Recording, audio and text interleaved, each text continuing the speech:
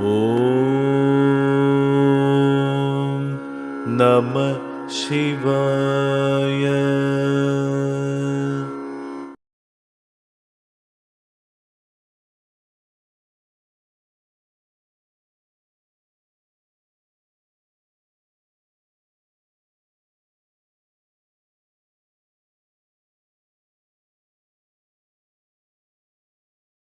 അതെ, അപ്പൊ അതും നമുക്ക് വ്യാഴമണ്ഡലത്തിൽ കാണുന്ന ഈ സോളമൺ റിങ്ങുമായിട്ട് ബന്ധം. പിന്നെ നമ്മുടെ കയ്യിൽ മറ്റുള്ള ഒരു സ്പെഷ്യൽ സൈൻ എന്ന് പറഞ്ഞാൽ ഈ മിസ്റ്റിക് ക്രോസ് എന്ന് പറയുന്ന ഒരു സൈൻ ഉണ്ട്, എം സൈൻ എന്ന് പറയുന്ന സൈൻ ഉണ്ട്. അപ്പൊ ഇതൊക്കെ പറയുമ്പോൾ അങ്ങേക്ക് എൻ്റെ അടുത്ത് ചോദിക്കാം, ഈ പണ്ട് പുരാതന കാലഘട്ടത്തിൽ എവിടെയായിരുന്നു എം, എവിടെയായിരുന്നു എക്സ് എന്നൊക്കെ ചോദിക്കാം. അത് വെസ്റ്റേൺ ചിച്ചില് ഈ പറയുന്ന കൈറോ അതിനെ എടുത്ത് കൊണ്ടുവന്ന സമയത്ത് ഇംഗ്ലീഷ് ലെറ്റേഴ്സുമായിട്ട് വായിക്കാൻ പറ്റിയ രീതിയിൽ പറഞ്ഞു, മറ്റു രീതിയിൽ പറഞ്ഞു. അതും നമുക്ക് ഈ പറയുന്ന ഈ സിദ്ധികളും ചില കാര്യങ്ങളും മുൻകൂട്ടി കാണാനുള്ള കഴിവുകളും ഒക്കെ തന്നെ നമുക്ക് ഈ പറയുന്ന ഒരു എക്സൈൻ, അവരുടെ ഹെഡ്ലൈനിനും ഹാർട്ട് ലൈനും ഇടയിൽ വരുന്ന എക്സൈൻ. ഗുരു എന്നുള്ള വാക്ക് അടുത്ത കാലത്താണ് യൂറോപ്യൻസ് ഗുരു എന്നുള്ളത് പറഞ്ഞു തുടങ്ങിയത്. മുമ്പെന്ന് വെച്ചാൽ ഗുരു എന്ന് വെച്ചാൽ ടീച്ചർ എന്നാണ് ഒരു മീനിങ് കൊടുത്തത്. അപ്പൊ ടീച്ചർ എന്നല്ല, സംതിങ് ഡിഫറെന്റ്. അത് മനസ്സിലാകുമ്പോ അവരുടെ ടൈം ഉപയോഗിക്കും. ഗുരു എന്ന് പറയുമ്പോഴേ മാസ്റ്റർ എന്നായിരുന്നു ഒരു മീനിങ് കൊടുത്തിരുന്നത്. അപ്പൊ അങ്ങനെ അല്ലല്ലോ. അപ്പൊ ഗുരു വേറെ മാസ്റ്റർ വേറെ. ഇപ്പൊ ഗുരു എന്നുള്ള വാക്ക് ഗുരു തന്നെ അവർ യൂസ് ചെയ്യുന്നുണ്ട്. അതിൽ ഇപ്പൊ കരിയർ ഗുരു അത് ഇതെന്ന് പറഞ്ഞിട്ട് ഇങ്ങനെ ആളുകൾ പറയും. തീർച്ചയായിട്ടും ഇപ്പൊ ഗുരു എന്ന് പറഞ്ഞതിനോട് ചേർത്ത് പറയാനുണ്ടാകുന്ന ഒരു വസ്തുത കൂടെ പറഞ്ഞോട്ടെ. നമ്മളിപ്പോഴും പലപ്പോഴും ഇപ്പോ ഈ ഗുരുക്കന്മാരെടുത്ത് നിന്നാണ് നമ്മൾ ശരിക്കുള്ള മന്ത്രദീക്ഷ പോലെയുള്ള കാര്യങ്ങൾ ചില ഗുരുക്കന്മാരുടെ നിന്ന് സ്വീകരിച്ചാൽ മാത്രമേ അത് പൂർണ്ണമാകൂ, അല്ലെങ്കിൽ അത് അപൂർണമാണ്. അതിന് നമുക്ക് ശക്തിപാതം എന്ന് പറയാം. ശ്രുതി ബാബ എപ്പോഴും പറയുന്നുണ്ട്, ഗുരു വർഷങ്ങളായിട്ട് ആർജിച്ച സിദ്ധികളുടെ ഒരു പാർട്ടാണ് ഡ്യൂറിങ് ദ ടൈം ഓഫ് ദീക്ഷ ഈ പറയുന്ന ശിഷ്യനിലോട്ട് അദ്ദേഹം ട്രാൻസ്ഫോം ചെയ്യുന്നത്. എങ്കിൽ മാത്രമേ ആ വിദ്യ പൂർണ്ണമാകുള്ളൂ. അങ്ങ് കുറച്ചു മുമ്പ് ഏകലവ്യനെ പ്രതിപാദിക്കുകയുണ്ടായി. ഏകലവ്യന് ആ വിദ്യയുടെ ഒരു പരിപൂർണത കിട്ടിയതിന്റെ കുറവിന്റെ ഒരു ഫാക്ടർ പോലും അദ്ദേഹം ആ ശക്തിപാതം സ്വീകരിച്ചിട്ടില്ല. അദ്ദേഹം ആ സങ്കല്പത്തിൽ ഗുരുവിനെ അവിടെ നിർത്തി, ഗുരുവിൽ അദ്ദേഹം സങ്കല്പം, പക്ഷെ ഗുരു ശരിക്കും അദ്ദേഹത്തിന്റെ ഹൃദയത്തിൽ നിന്നും ആ ശക്തിപാതം അദ്ദേഹത്തിന് ട്രാൻസ്ഫോം ചെയ്യുന്നില്ല. കാരണം അവിടെ അദ്ദേഹം സങ്കല്പത്തിൽ ഗുരുവിനെ സങ്കല്പിച്ചുകൊണ്ടാണ് ചെയ്യുന്നത് കൊണ്ടാണ് ഗുരുവിന്റെ പിന്നെ അങ്ങനെ ഒരു ഇഷ്യൂസ് ഗുരു നിഷേധിച്ചുകൊണ്ടാണ് അങ്ങനെ സംഭവിച്ചത്. ഗുരു നിഷേധിക്കുന്നുണ്ട്, പക്ഷെ ഇതേ സമാന്തരമായ കുറെ കോംപ്ലക്സിറ്റീസ് വരുന്നുണ്ട്. കർണൻ അങ്ങനെയാണെങ്കിൽ യഥാർത്ഥത്തിൽ ശാപം കിട്ടാൻ പാടില്ല. അദ്ദേഹം സൂര്യപുത്രനാണ്, പക്ഷെ സൂതപുത്രൻ എന്നുള്ള രീതിയിലാണ് പരശുരാമന്റെ. കർണന്റെ കേസില് കർണൻ പിന്നെ ഈ പറയുന്ന പരശുരാമജി എടുത്ത് കള്ളം പറഞ്ഞു. പരശുരാമൻ ജി എന്ന് പറഞ്ഞ അല്ല, നമ്മൾ റെസ്പെക്ട് വരുമ്പോ ജി എന്നുള്ളത് ചേർക്കാമല്ലോ.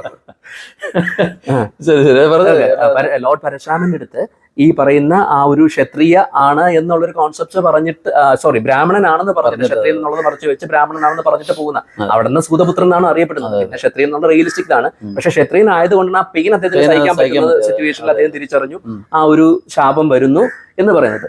ഇവിടെ എല്ലാ ആൾക്കാരും ഒരു കോമൺ ലെവലിൽ നമ്മൾ എടുത്തു നോക്കിക്കഴിഞ്ഞാൽ എല്ലാവരും ഈ ലോകത്ത് റെക്കഗ്നേഷന് വേണ്ടിയിട്ടാണ് നിൽക്കുന്നത്. കർണന്റെ ഏറ്റവും വലിയൊരു ദുഃഖവും റെക്കഗ്നേഷൻ ആയിരുന്നു. റെക്കഗ്നേഷൻ കിട്ടുന്നില്ല പ്ലേയിങ് ദ റോൾ എന്നുള്ള രീതിയിൽ എടുത്തു കഴിഞ്ഞാൽ പിന്നെ കാര്യമില്ല, റോളിന് വേണ്ടി വന്നാണ്. പക്ഷെ കർണൻ ലാസ്റ്റില് കൃഷ്ണനോട് ഇവർക്കെല്ലാം പ്രീവിയസ് ബർത്ത് ഉണ്ട്. നമ്മുടെ ശന്തനുവിന്റെ കാര്യം മാത്രമേ പ്രീവിയസ് ബർത്ത് പറയുന്നുള്ളൂ. അദ്ദേഹം കഴിഞ്ഞ ജന്മത്തിൽ ആരായിരുന്നു എന്നുള്ളത് പറയുന്നു, ബാക്കി ആരെയും പറയുന്നില്ല. പല ആളുകളും വിചാരിക്കുന്നത് മഹാഭാരതം വെച്ചാണ്, അവിടെ തൊട്ടാണ് തുടങ്ങിയത്. അല്ല, ഇതിന്റെ പിറകിൽ എല്ലാത്തിനും എത്രയോ ഇതുണ്ട്, റീബർത്തുകൾ ആവശ്യം പോലെ ഉണ്ട്. കൃഷ്ണൻ പോലും കഴിഞ്ഞ യുഗത്തിൽ ജനിച്ചതിന്റെ കർമ്മഫലമാണ് ഇപ്പൊ അനുഭവിച്ചത്. തീർച്ചയായിട്ടും മായാസ്ത്രം കൊണ്ടതെന്ന് പറഞ്ഞാൽ അതാണ്. അപ്പൊ അങ്ങനെയാണ് ഇതിന്റെ ഒരു രീതി. അങ്ങോട്ടുള്ള എല്ലാം കണക്റ്റഡ് ആണ്, കർമ്മ കണക്ഷൻസ് ആണ്. അല്ല, അത് റെക്കഗ്നേഷൻ എന്ന് പറഞ്ഞപ്പോ ഈ കർണൻ കൃഷ്ണനോട് ചോദിക്കുന്നുണ്ട്, എനിക്ക് റെക്കഗ്നേഷൻ കിട്ടുന്നില്ല, ഞാൻ ഇത്രയും കാര്യങ്ങൾ പഠിച്ചു, എനിക്ക് ലാസ്റ്റ് മൊമെന്റിൽ പോലും ഞാൻ ഇത്രയും ദാനം ചെയ്തു, എല്ലാവർക്കും വേണ്ടി വല്ല കർമ്മങ്ങൾ ചെയ്തു എന്നുള്ള രീതി. അപ്പൊ കൃഷ്ണൻ മനോഹരമായിട്ട് തിരിച്ചു ചോദിക്കുന്നുണ്ട്, കർണ, നീ എല്ലാം പല കാര്യങ്ങളും ചെയ്തതിന്റെ ഒരു അടിസ്ഥാനം നിനക്ക് വേണ്ടി നീ ദാനങ്ങൾ ഒരുപാട് ചെയ്തു, നീ ഒരുപാട് റെക്കഗ്നേഷൻ, പക്ഷെ നീ സൂതപുത്രൻ എന്ന രീതി അവമാനിക്കപ്പെട്ടപ്പോൾ നീ ശരിക്കും സൂതന്മാർക്ക് വേണ്ടിയിട്ട് നീ എന്ത് ട്രാൻസ്ഫോർമേഷൻ, എന്താണ് നീ ചെയ്തത്?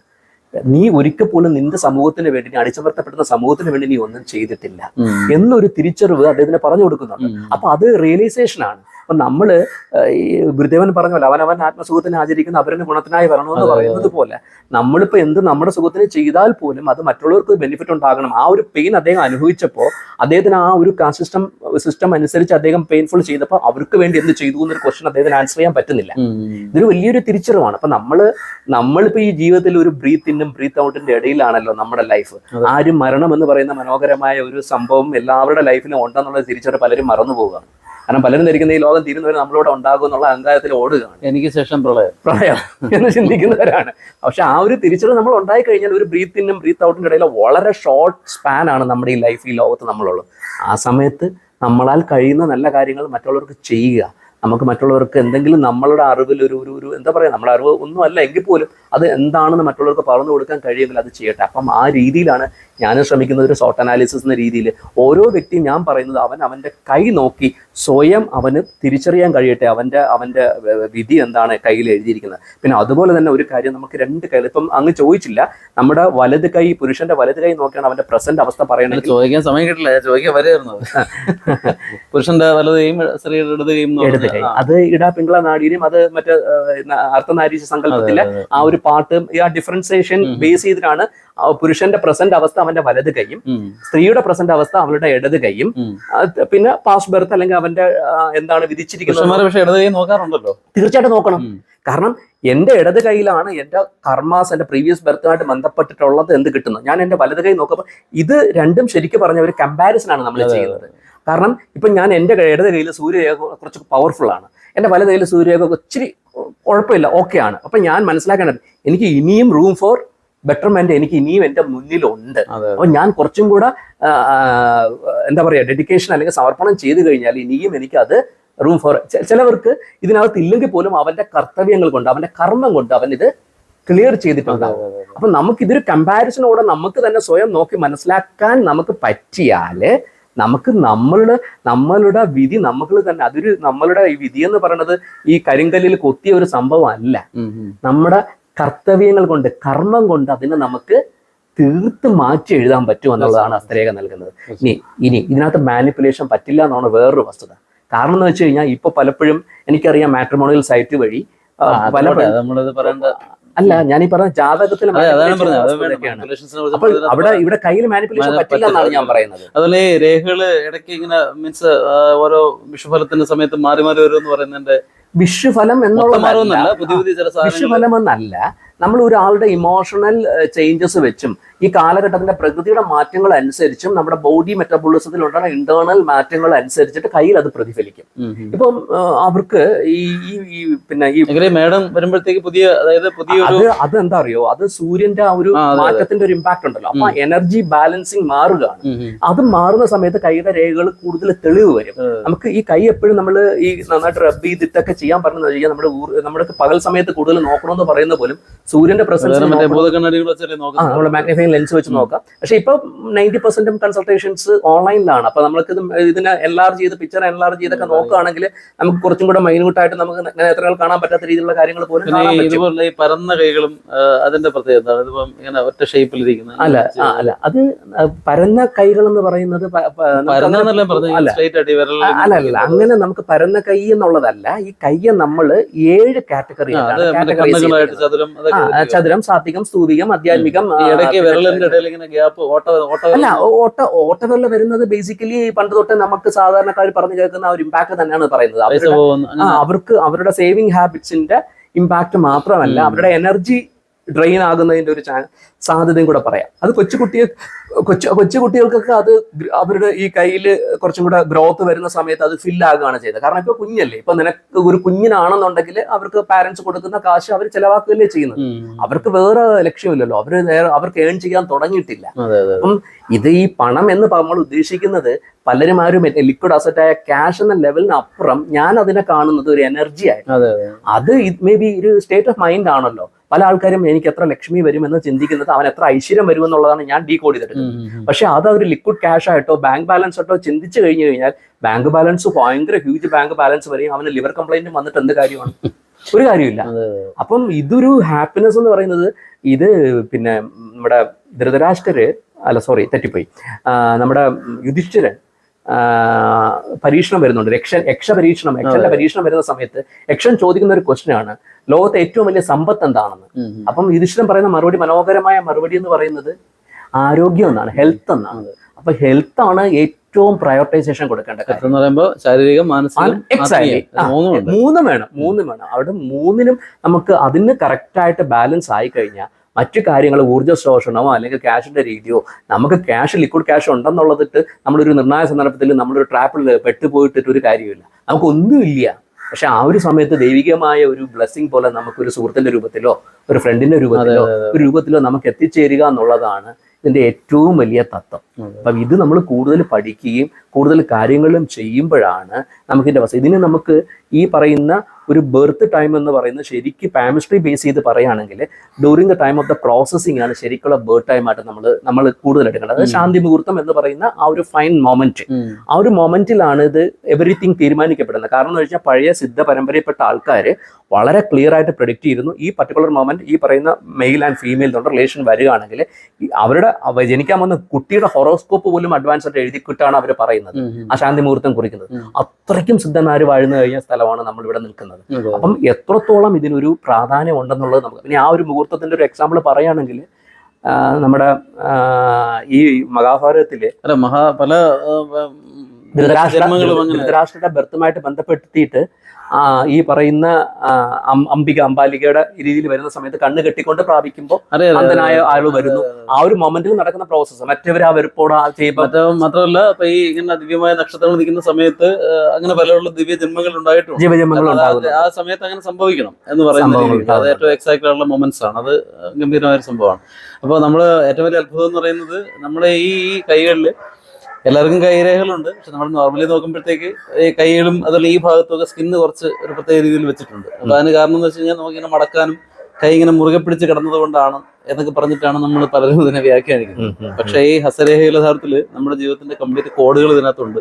തീർച്ചയായും എന്തിനാണ് ഇവിടെ വന്നിരിക്കുന്നത് എന്നുണ്ട്, അല്ലെ, നമ്മുടെ പർപ്പസ് ഉണ്ട്. അപ്പൊ നമ്മളിവിടെ നമുക്കറിയാം ജന്മാന്തരങ്ങളിൽ നമ്മൾ ഓരോ അച്ഛനെയും അമ്മയാണ് നമ്മൾ സ്വീകരിക്കുന്നത്. കാരണം അടുത്ത ജന്മം സ്വീകരിക്കുമ്പോൾ പലരും പറഞ്ഞു കേട്ടിട്ടുണ്ട് 7 അച്ഛന്മാരെ കാണിച്ചു തരുന്നത്, ഒരു ആരെ വേണം.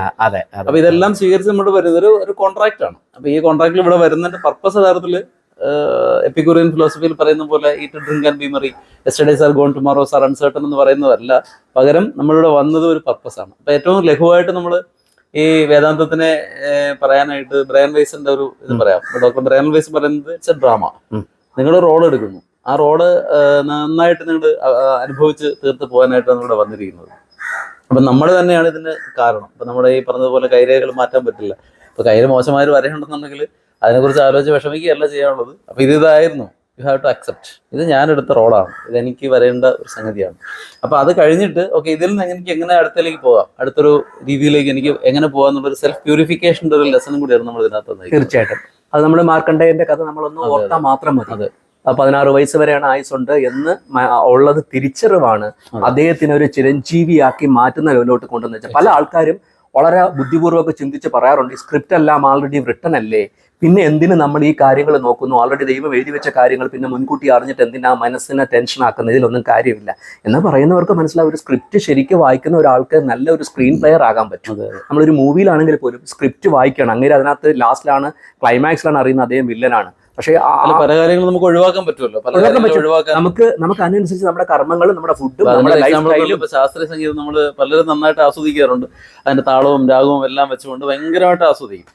ഈ വരികളുടെ അർത്ഥം എന്താണെന്ന് ചോദിച്ചാൽ പറയാം അതറിയില്ല, സംഗീതം ഫീലാണ്, മറ്റേതാണ് മറിച്ചാണ്. പക്ഷെ ഈ അർത്ഥം കൂടെ അറിഞ്ഞിട്ട് നമ്മൾ ആസ്വദിക്കുമ്പോൾ ആസ്വാദനത്തിന്റെ തലം. തീർച്ചയായിട്ടും ഇത് തന്നെയാണ്. ഒറ്റ വാക്കിൽ അങ്ങ് പറഞ്ഞു, ഞാൻ പറയാൻ ഉദ്ദേശിച്ചത് ഒറ്റ വാക്കിൽ പറഞ്ഞത്. അത് അറിഞ്ഞിട്ട് നമ്മൾ ചെയ്യുമ്പോൾ കിട്ടുന്ന ഒരു ആസ്വാദനം വേറെ ലെവലാണ്. ആ സ്ക്രിപ്റ്റ് മൊത്തം വായിച്ച ഒരാൾക്ക് ഏറ്റവും നല്ല സ്ക്രീൻ പ്ലെയർ ആകാം.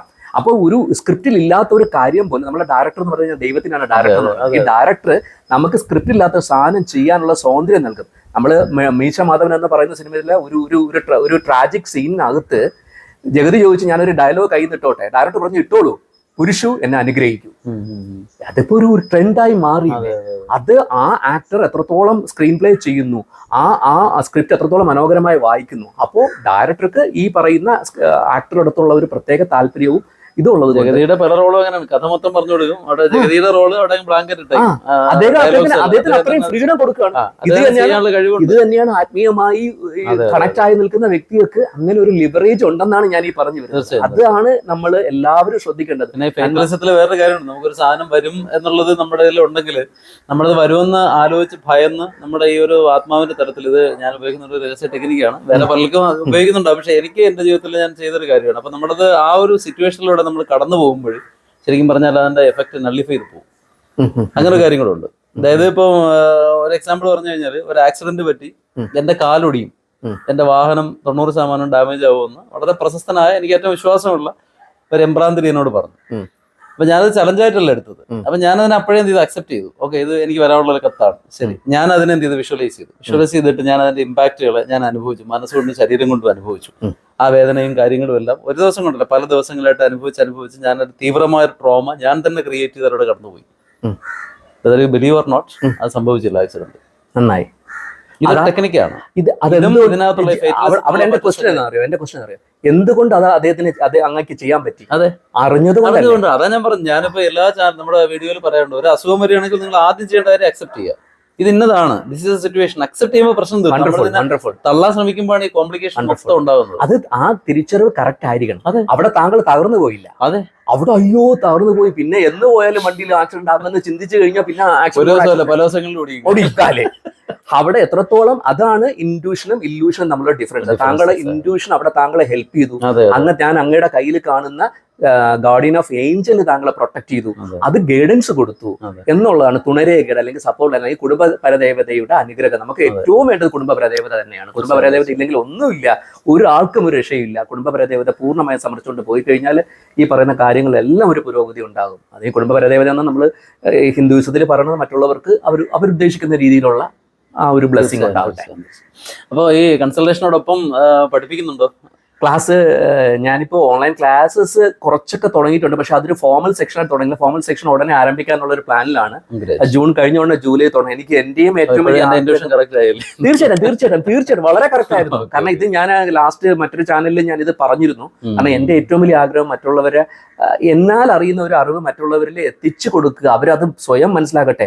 എല്ലാവരും ഓരോ വ്യക്തികളും അവരുടെ ബോസാണ്. അവരുടെ കൈ നോക്കിക്കൊണ്ട് അവർക്ക് ഡിറ്റർമിൻ ചെയ്യാം എന്താണ് വേണ്ടത്. ഇറങ്ങി പോകുമ്പോഴേ നമുക്കിപ്പോ അങ്ങടുത്ത് ഞാൻ ചെയ്യുമ്പോഴാണ് അങ്ങൊരു അറിവ് എനിക്ക് പകർന്നു തരുന്നത്. കാരണം അത് ഞാൻ പറയുമ്പോഴാണല്ലോ അങ്ങേക്ക് തിരിച്ച് പറഞ്ഞു തരാൻ പറ്റുന്നത്. അപ്പൊ അത് എനിക്ക് തീർത്തും ഞാൻ അത് സ്വീകരിക്കുക തന്നെ വേണം. നമുക്ക് അറിവ് എവിടെ നിന്ന് കിട്ടിയാലും നമ്മൾ സ്വീകരിക്കുക. അപ്പം അത് നമുക്ക് തീർച്ചയായിട്ടും എന്റെ ഒരു വളരെ ഉള്ള ആഗ്രഹമാണ്. അത് ഞാൻ ഫോമിലി തുടങ്ങാൻ പോവാണ്. അത് സിസ്റ്റമാറ്റിക് ആയിട്ട് അത് ഇങ്ങനെ പല മോഡ്യൂളിട്ടിട്ടാണ് ഞാൻ ചെയ്യാൻ ഉദ്ദേശിക്കുന്നത്. കാരണം പലരും ഒരു ഹൈ ഫീ ഒക്കെ മേടിച്ചിട്ട് ഒരു വർഷത്തെ കോഴ്സ് എന്നൊക്കെ, അങ്ങനെയല്ല. ഞാൻ ഇതിനെ വെരി സ്മോൾ മോഡ്യൂൾസ് ആയിട്ട് തിരിക്കുന്നത്. ഒരു 10-12 മോഡ്യൂൾസ് ആയിട്ട് തിരിച്ചിട്ട് ആദ്യത്തെ മോഡ്യൂളിന് എത്ര അതിൽ ഇൻട്രസ്റ്റ് ആയി അവർ ഓക്കെ ആണെങ്കിൽ അവർ സെക്കൻഡ് മോഡ്യൂളിൽ വന്നാൽ മതി. അങ്ങനെ ചെയ്യുമ്പോൾ അത് എനിക്ക് കർമാസ് എന്റെ പ്രാരാബ്ദവും ബാധിക്കാതിരിക്കും.